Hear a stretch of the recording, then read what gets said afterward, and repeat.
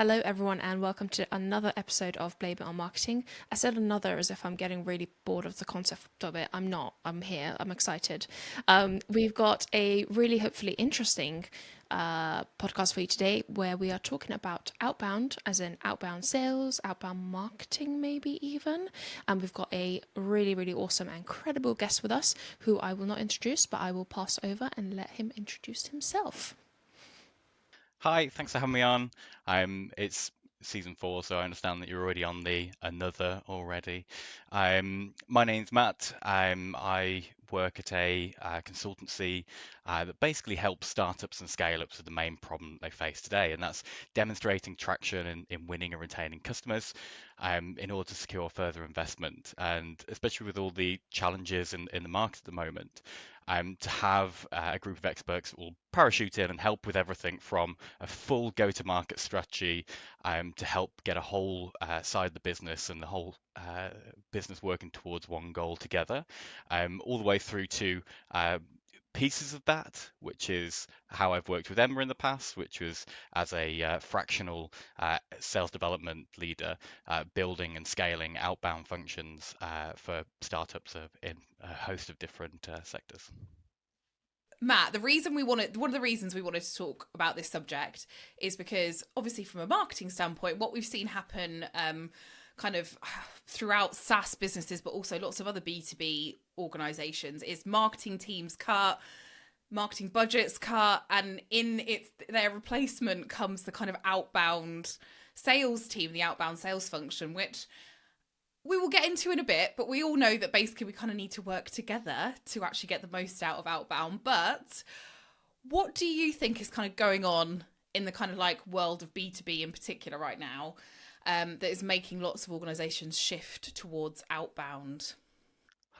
Well, first of all, as someone that helps scale, build, and get outbound teams back on track, absolutely introduce me because I've been also seeing a lot of the opposite happening, um, where companies are scrapping outbound as a function, instead moving purely to marketing. And I suppose the reason we're seeing both, of course, is because times are pretty hard right now. Reports are coming out saying that investments are down 78% compared to last year, and as a result, there's always going to be cuts across a business. And I suppose rather than cutting across the entirety of the business, you could just decide one team gets the axe. If we're seeing that more marketing are taking the hit than outbound teams, I think it comes down to just how hard marketing is to demonstrate that sort of tangible pipeline attribution. So often you can have really well functioning marketing teams that are generating sort of quality MQLs, and if they're not being followed up, you never see that revenue being generated out of all that good work. Similarly, you have times where salespeople are championing the marketing team and saying, oh, I just had this prospect come through on demo. They've been following all of our content. They use this blog piece, and they are now far further down the sales process because of this. Um, and marketing gets no way of showing that on the data. On the data, the sales and the outbound team have got all the attribution to do with that, and no one recognizes that it's a bigger picture, and people need more to sway the needle sometimes, and just that email might push the button, but it could be all these times that they've seen it up until then that will actually cause that conversion. I think that lack of that makes the spreadsheet that the higher ups see often go more towards outbound, because they can say, yeah, these meetings being booked, they turn into actual opportunities, which then fills the pipeline, which is creating more movable things. Really glad you mentioned kind of the time and the, I guess, attribution side of things, because I think a lot of the times this is happening with both marketing teams and outbound teams. Whenever they bring in new marketing or outbound teams, or they bring in more money to those teams, they kind of expect a very immediate result. And when I say immediate, I mean like within the month to be seeing things. And oftentimes these are companies that have long sales cycles, 6 to 12 months, and takes a while to educate someone, etc. So I'm really curious what your take is on kind of how long it takes for an outbound team to be effective if you're starting from scratch, because we definitely have thoughts about how long it takes a marketing team to be effective if you're starting from scratch. Well, I suppose that's the other side of it as well, isn't it? And I think outbound teams are always going to be almost more exciting for people trying to get immediate action, immediate returns, because marketing team can sometimes struggle to portray what they're doing, and they'll make bets and gambles with we put an ad spend here because we think this is going to happen, we're going to invest in this community, it's going to take a bit of time to grow, and do all these sort of things. Whereas with a SDR team, you can see these excitable salespeople in the office moving the product, building this momentum, getting people excited, and the whole business sort of has an effect from that. That it's like an infectious energy that goes across the business. And I think straight away that gives them an advantage in terms of, wow, look at these guys, they're making moves and actions right now, that we don't have to wait for. And the truth is that both of them will always do that. And I think with SDR, there's always a higher chance for that immediate return, in that every time an SDR makes a cold call, there might be a 100% 1 in 100 chance of it happening, but at the end of the day, they could still get through to someone just at the time of considering, not on your product's website, and just exactly in the buying cycle, and they land that opportunity right there, and open up a project. So there's always that chance for that immediate return, but exactly the same as with marketing, the real potential comes from that longevity play. And that's, whilst you might be able to harvest a prospect and turn them into an ongoing lead or an SAL, or however it's processed at your business, um, it's probably going to take a little bit more time to convert. Probably going to take a little bit more nurturing, even just from the SDR. It's not going to happen until the seventh email in the cadence, or the second campaign that you do into that space, or until they've gone away and seen some other content around it, and now they're ready to enter the buying cycle, or they've got a deal, a contract renewal at the beginning of next year, and now we can target that and identify when to get back in touch. And so it's always going to be, you can expect an SDR team to make some sort of traction straight away, but definitely 6 to 12 months before you start seeing them get up to full speed. And then you've got the training and things on top of that too. If you've got experienced SDRs coming in, you might see that initial upfront more effective. If you've now got to train people to do it too, I would say you shouldn't really be expecting to see anything other than anomalous hits and good things in the first sort of 3 months or so, especially if you're looking at that 6 to 12 month sales cycle, and a real complex enterprise level deal. But of course, it shifts depending on where you fall on the spectrum, of course. Do you think that is the expectation when you go into a new, let's say, company to build their SDR team? Because that's definitely not the expectation that we find, unless we set the expectation of, hey, it's going to take like 3 months to figure out how we're going to do this, another couple of months of warm up, and then probably another couple of months in the sales cycle. Do you like, is that well known to people? I would say that's one of the benefits of consultancy, is that you can change that way of thinking right from the very beginning, and you can preempt all of these challenges that are going to come around by almost setting things off too early, not doing the due diligence to look at, what does an outbound go-to-market look like? How does the messaging need to change when it's going directly to people into their inbox? How do we need to talk to people? How do we need to, who are going to be our champions and decision makers, and where do we actually start? And is it even going to be plausible to go after this person that's normally hosting the project, because they're not the ones that start it? It starts with Stent and this team over here that notice a problem and bring it up to them. So there's all these complexities and things that always will need ironing out, and I like to buy a lot of time to be able to do that. And then also for the training too. If you throw a brand new SDR into a brand new team, you're not only dealing with a massive unreliability, which is, as the SDR leader, is my messaging actually working? What's the quality look like on this? Is it actually going to resonate and be able to book the sort of quantity of meetings that we want? So I'm honing that. And at the same time, I've got normally newer SDRs, or new to the sector SDRs, that are coming in and also trying to find their feet as well. And so you've got a quality of the actual SDR play in there as well. And I say at least sort of 3 months to try and get both of those things right too. But you're right, people will try and rush that faster, will try and get that immediate return. There's a lot of companies out there that will do sort of outsourced sales development work, or will allow you to get some capacity of SDRs at a distance, and they'll do exactly that. Very quick once over of your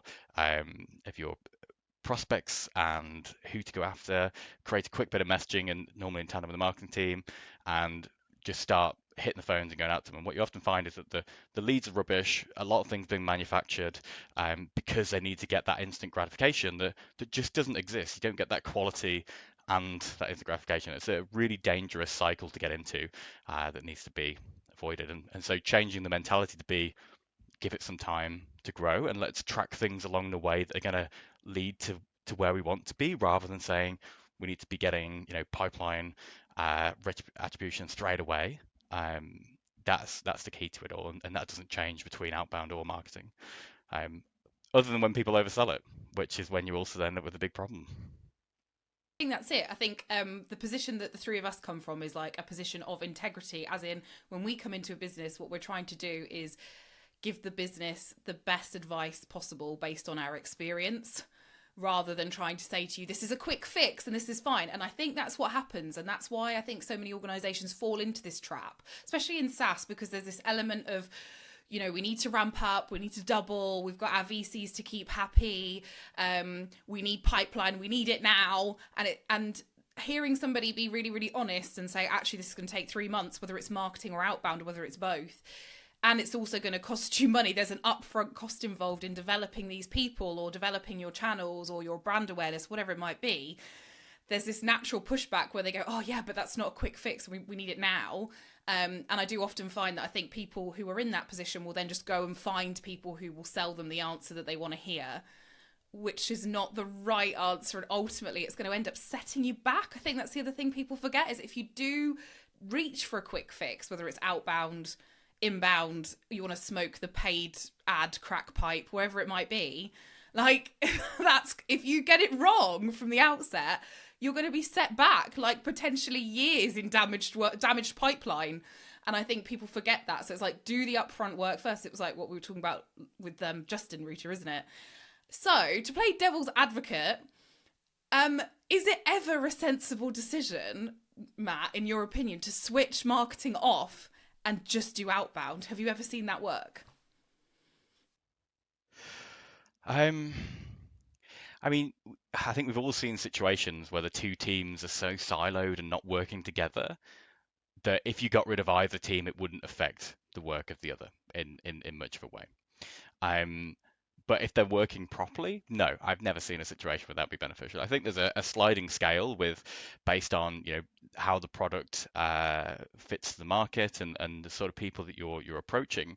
That either more marketing led outbound or inbound or lead generation as a whole is best, or outbound can be a better focus. But there's always some proportion of that is going to be, how can marketing enhance it, even if it's just having ads and additional content that's going to go in front of the people that are going to be on the outbound cadences and things. How can that then enhance it? Because I guarantee it absolutely will. It's one of the most powerful things I've seen as a sales development leader is as soon as you get a bit of marketing support and actually target the same group, and as soon as you start running on the same line, it's absolutely the better way. A lot of the times as well, we kind of, as two teams, we work together, but I don't think we integrate. We're just kind of coexisting in the same world, okay-ish. And one of the things that happens is that marketing sends over leads to SDRs. How do you look at that? Is that something that you can just do? Do you need to set up parameters? Do you need to, I guess my real question is, what does marketing need to do to make sure that that is then a successful source of leads for the SDR team? Because I know that sometimes teams can be very, I guess, maybe set in their ways, or they know what works for them and they don't want to go outside of that and then start fucking around with marketing leads that they don't know where they came from. So how do we make that bit work? Because I think it's the most kind of common way, I guess, for marketing and SDRs and outbound to collaborate. Absolutely. Definitely the most tangible way to show that flow through of the pipeline.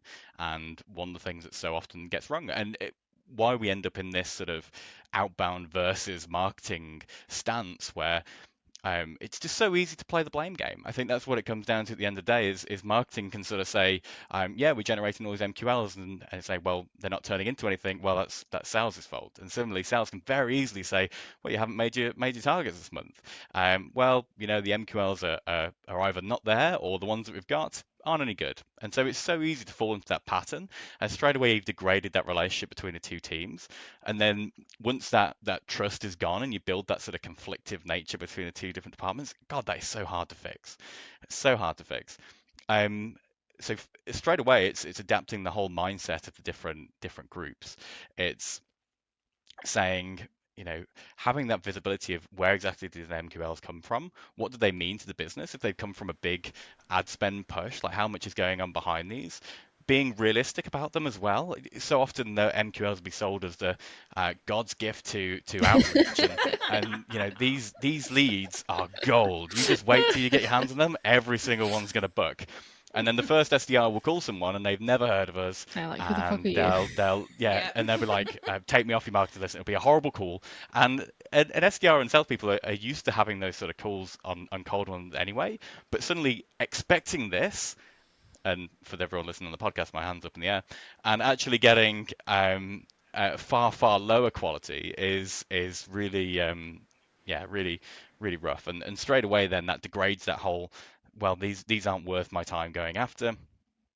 And so it's definitely about getting everyone together on the same page, showing what the potential of these and where they've come from, and even making it open as to what the commitment or what the buy-in of marketing has been for it as well, because people want to help people at the end of the day. And if you go like, we've spent this much on these MQLs, we've done this big event, and it's cost all this money to do, and it's really going to hurt if we don't follow these up properly. We could do with like your help. Absolutely going to have a completely different change of the game for them there. And then I think finally it also comes down to commission and incentives as well. In that, one of the easiest ways to stop people from working your MQLs properly is to not have them correctly incentivized. If you have a situation where either MQLs are worth less, which is fine, especially if you've got a lot of good ones and they are easier to book, or it's simply a case of organizing an inbound demo or something like that, that's absolutely fine. But as soon as it starts being a mindset change that these MQLs are taking time away from the work that's going to get me paid or get me to target, or you're in a situation where someone could book every MQL that comes through and they're not able to get to target, or they're not earning commission on it, they're still going to be in hot water for it, they're going to get dropped in favor of outbound. So I think it's definitely all about that visibility. It's about making sure everyone's incentivized to do so, and having that constant sort of feedback loop of giving the salespeople a chance to air it before it becomes toxic, and you end up fostering this us versus them mentality, and instead hear about it, feed it back into what marketing are doing, adapt it, get better, and exactly the same in that as part of that feedback, you can also hear about the good ones and where did the good ones come from? What was their journey like? What actually converted them? And suddenly you're not only getting the sort of macro data that marketing relies on to achieve it, but then they're also getting the individual stories that could hint at some new opportunities and things along the way. So again, it all comes back to collaboration and just making sure that everyone's feeling good about every bit of it, I think. Mm-hmm. I'd also like to live in a really utopian situation where we didn't look at revenue like inbound, outbound, partners, and I know it's just so hard to move away from that, but it's like when you realize the whole, I mean, Matt, we've been banging on about this for ages, because there's this Gartner diagram that shows that you need 42 touch points to convert anyone to a demo these days. Absolutely insane. So if we are already measuring our revenue and our pipeline by going, well, this is what inbound and outbound contribute, blah, blah, blah, blah, blah. The 42 touch points span across all those channels and all of those touch points and all of those conversations. And if we're already at odds by going, yeah, well, inbound didn't quite contribute enough this time and it's all the outbound team, like, of course, there's an element of like, we need to know what works, but I think looking at it in that rigid structure, just again, I think that also pits us against each other from the outset in a way that's just not helpful, because there's going to come a point where just because someone's turned up on an outbound list and they've had a phone call from an SDR doesn't mean they haven't been to an event, or they haven't heard your CEO speak, or they haven't listened to a podcast. But then laying the claim on the attribution and then being like, that's not working. I think we just need to, I don't know, we need to get to a place where we can align ourselves better around those like core metrics. So it's like there is one pipeline, there's one revenue. Let's all figure out how we hit the number and divide and conquer, but not actually be so rigid in as much as like pointing the finger, like you say, Matt, and saying that team's not working. And with that, because I personally, that's one of the ways that I would say that I think senior leaders could actually try to help, I guess, make that revenue generating team work better, and kind of get moved towards a step of like understanding that outbound and inbound is a good mix to have together. But what are some of the other ways you think that senior leaders could kind of like, or how we could help senior leaders understand that that balance, that mix together is more powerful? It is such a difficult one because there are so many intangible components to that. I think straight away the collaboration piece and getting everyone hand in hand is a good one, because so often I've seen from the sales side people hiding the marketing components that help them along this because they're like, I want this to be me. I've put all this work into it, and I booked it from this call, but actually it was after they saw this blog post or it was this other thing that put it in. And they don't want to risk ending up in that tug of war that happens between the two teams. So straight away having everyone on feeling like they're on the same side, collaborating regularly, and not being so viciously opposed to one another absolutely will help that just on a people level. And senior leaders could, of course, massively encourage that through having these sort of collaborative sessions. Whether it's things like the content committee that Outreach suggests, that's something that I've always enjoyed enforcing at different companies, just to encourage that back and forth feedback. But I think on top of that as well, it is just data. It is going into the data in a high level, and that so often you can look at MQLs and sales teams can have this whole idea that MQLs just aren't working. And then you can actually go in and compare them to other campaigns and look at where are they actually booking from. And you can say, actually, 60% of our pipeline came from these 100 leads, and you've worked 1,000 in this other campaign. So there's a disproportionate amount of success in this one part. And sometimes just seeing that macro picture can be also really good for sales teams too, and get them far more excited and interested in that one section. I think just adding on to that, it's not actually something that I've seen done, but something that, as I have more collaboration with outbound teams, that I think would be quite helpful is if your collaboration is new, or if either of the teams are new, setting some goals around how much of, let's say, the outbound meetings should be from marketing sourced. So it's not a shame for them to be marketing sourced. It's actually part of your target is, you know what, one in every, let's say, 10 meetings, it should be from marketing, because they are giving us warm leads and we should be following up on them. And equally, marketing should be giving us leads to follow up on. I think that can be a real game changer. It's something I will push for, I think, with my future clients where I have that collaboration. Just wondering if you think that that's something that would be effective, or if some weird incentives and behaviors might also come up. Yeah, I think normally when it comes to incentives, everyone's so worried about people abusing the system that they're too afraid to put them in the first place. And actually, if someone is finding a way to abuse it, the cost is very rarely as dire as like missing out on this big ad spend and completely squandering these um, leads that we've got come through as well. So I think just sort of biting the bullet on that and being open to this might not work massively perfectly. I think having some sort of having a target associated to it um, is a really good one, especially if you combine it with the sort of average success rate of your MQLs. The problem will come around that immediately comes up is you've got an SDR that's booked over the number of meetings that they should do, so they booked 15, and none of them are from marketing. And suddenly now you're building more conflict between the teams, because now the SDRs are like, oh, I can't get my commission, or I haven't unlocked this next tier because of this one lead that I'm missing, and I've worked every one of them to death.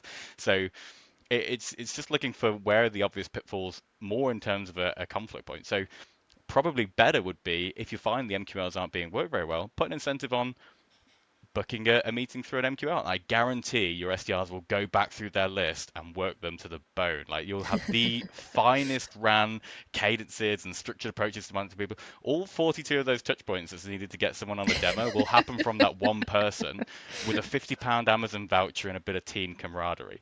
Like I think getting marketing involved in the incentives and them coming up with ideas for it too can be massively powerful and absolutely something that marketing should also be happy to get involved with too, because the little bit of monetary value that goes into incentives can deliver a great return for what you get. Yeah, that's a great shout as well, because obviously marketing teams typically hold spending budget much different to sales. So I think if we can hold our hands up and say, hey, we're going to put this much of our campaign spend actually to incentivizing the SDRs, because it's just worth doing if we're looking at cost per demo, cost per lead, whatever it might be. I love that. I think that's a really great way to solve that. I think there's another component to it as well, which is around sort of campaigns, and I know it's something that I've seen before. I know it's something you've seen as well, Ruta, which is where SDR leaders will prefer to run one really clear-cut outbound campaign rather than have a muddled pot of leads coming from different places. And that definitely happens when you've got a more junior sort of SDR team as well, and you can get a really good focus. My opinion is that very specialized campaigns with specific messaging is always going to go best. And yet, in my time in sort of leadership and running different teams, I've often found that singling it down to one or two main campaigns is far better to get everyone used to a sort of consistent messaging and get everyone excited about the value and very clear on what that is. So I also think that having MQL campaigns that come from a very clear source, are kept in a very clear pot, and maybe even have some sort of messaging support so that someone can jump into this and sort of see, where's it come from? What sort of things should I be saying about? Or, you've got a push on this one campaign that's going on and everyone's aware about it and excited for it. And that completely changes the game from these MQLs that sift in and, oh, we just need to jump on them at some point and it's a hassle, to being, yeah, I really want the next one to come through. I'm excited for that. The other solution that I've seen work for this problem of leads coming from loads of different campaigns is an inbound SDR. So they only ever deal with MQLs. I think that's the other way to go around it, because it's really hard to brief a whole team on lots of campaigns and everyone be super comfortable talking about all the different sources and messaging and, where people came from. So yeah, agreed. Emma?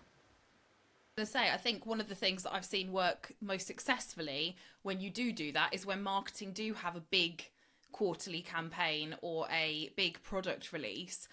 And that I think the amount of times that I've heard marketers, they won't brief the entire company, let alone the sale, and the sales team don't get briefed, and then they don't brief the entire company when they're doing this massive push on something, whatever it might be. Big piece of thought leadership, even if it's a product release, sometimes that doesn't get communicated. So I sort of think don't underestimate that. Don't underestimate the fact that if you bring everyone together, if you bring the sales team together and you say, this is the piece of content, let's work on it together, let's work on a cadence for you, I'll give you all the messaging, you can talk to our subject matter expert, all of those kind of things.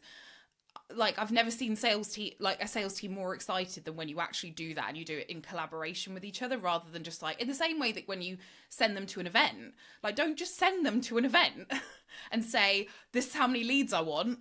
Don't do that. Like, that's not helpful. Like, brief them, talk to them about the event, encourage them to get involved in the content that's going on. It will enrich the conversations they have. And also you will get better quality leads and you're more likely to see demos booked off the back.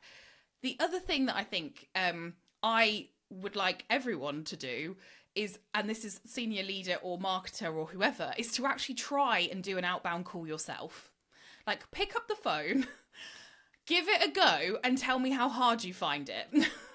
Because it is bloody hard work. It is one of the shittest jobs, I think.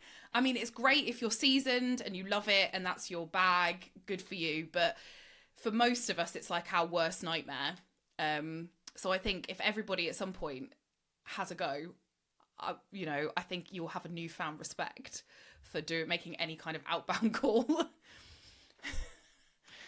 I think you're exactly right. And I think that again sort of causes more divide between the teams. Is that lack of understanding, to the point now that I've worked at a couple of different companies where we were selling into roles that existed within the company that we're working at. So we're selling to HR people, and we had a HR person, and we used to find it a fun exercise to sort of say, how would you find this messaging?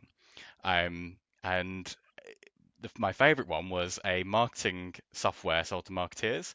Um, with the in-house marketers saying they wouldn't respond to any outbound and this wouldn't work, and if anyone cold called them, they would turn away. And we'd sort of say, well, here's this whole bit of data that's saying this is the only way your MQLs are converting, and yet you're still being massively negative towards the SDRs about like the whole of this role and how it exists, and almost that the whole team can't do anything right, and that disparity between it. I think, yeah, getting having a day in the life of joining another team and getting involved with them, massively useful. Even if it's just going and sitting by the sales team or the SDR team to hear how their conversations are going, and being like, oh, I noticed you talked about that. Do people like that? Have you tried this hook or something like that instead? And actually having that additional bit of collaboration there. Fabulous. One of the other questions that me and Emma have had, because I guess we've experienced it, is what should marketers or salespeople do if they hear that maybe it's in a board meeting or in a senior management meeting, that senior leaders are talking about switching to just outbound and dropping all marketing? By the time you're in that situation, it's a really dangerous place, because that's shown that you haven't proved the power of the calibration up until that point. And now you've almost got a you've got a job of backlogging it and proving how effective it's been there. And you absolutely can do that. Um, I had a really interesting cadence once where I would send out a really highly personalized email at the very beginning. I'd send out a bit of video content, and then we'd have this follow-up email that was something like yes, no, or thoughts question mark. The most minimum effort, boring email of all time, and it always had the massively highest open rate, to the point that everyone said, okay, well, based on what you're doing there, we don't need to do all this massively heavy front-loaded work. So we just ran a test and sort of said, well, look, as soon as you miss that, the effectiveness of this whole cadence just drops through the floor, and it's suddenly only 30% as effective as it was with that work. So straight away, you can find little pockets for those tests. Let's have a look at how well the SDRs did when there was a campaign running in line with that. Let's have a look at how well they did when they had this blog support and these white papers and ebooks to support their nurture cadences and their follow-up, and how much they enjoyed that. Let's actually start on discovery calls asking people what else they've seen about us, and make that sort of standard practice, so that we can see that buying journey, and where that's came from, and make just asking, how did you find out about us, or where do you see this come from, and have it not be a scary conversation for the salesperson to have, because if they did actually get triggered by an MQL or a marketing activity, that it's not stolen away from that SDR's pipeline or something as part of it, which is so often why there's that sort of that hidden component. So it's definitely looking back across the data as much as anything, and saying, where can we demonstrate that there has been that collaboration, where we demonstrate that value throughout it, without getting in a situation where marketing goes, everything else drops in effectiveness hugely, and you're like, oh, maybe there was some value there. And unfortunately, that is sometimes kind of the situation. The situation earlier was talking about having outsourced SDR teams and trying to get that immediate gratification, is so often I'll be saying, yeah, it's going to take 3 months and it's going to cost us much, and we're going to go out and find people properly, and we're going to train them properly, and we're going to give them space to fail and learn. And like, I've also got to think about the well-being of the people in that team. Like, me putting people in a sink or swim situation where they're desperate to succeed and their whole livelihood seems to fall in it. I'm not going to do that. Like, I need to give my team some space to learn and grow. And so people will often go to those outsourced teams, do it for 2 to 3 months, and be like, yeah, no, that didn't work, and now we've got this much less money. Can you still help? And yeah, so it's very much a case of try and make the case for it as you can. I've definitely been in that situation as an SDR, where we had this fantastic marketer that came in, made all these changes to the teams, shook the boat a little too much, and then they moved to get rid of it. And everyone didn't like it. So it was a case of we literally went through the pipeline, looked at everyone where we'd heard that people had also benefited from the marketing thing, every ebook lead, and you could demonstrate straight away 40% of the pipeline that SDRs have got was also affected by marketing that may have not been there without that sort of help. And then straight away you've got numbers on top of it, and that's a far more compelling argument than saying, no, please bring the ebooks back. Love that. Matt, we're going to finish up in a minute, but is there anything we should have asked you or we should talk about that we haven't already? I actually thought of an interesting one as we're going through this, which is, what do you think of SDR teams being ran by marketing? Oh, I've I've not seen SDR teams. I've seen like one or two SDRs being in the marketing team. In my instance, it worked really well because that person would attend every marketing meeting. They knew exactly what campaigns were going out. They knew exactly how we're talking about stuff. So when a lead came in, they knew exactly how to use HubSpot to track all their activity and what's been happening. So that was super effective, but at the same time one of our head of marketing was a really good sales coach, so they would sit next to them and listen to their calls and coach them throughout the day. So I think without that element, very hard on the SDR and probably not setting them up for success.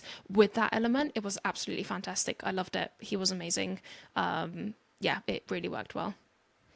So the key to all this is collaboration and or knowing both roles for sure, I think. Yeah, it's like if you set the team up as like sales and marketing, you are the revenue team, like if you want to call it that, and you have that set up from the outset, and you have those goals, and it's all aligned. It could absolutely work that you are kind of like a cross-functional team.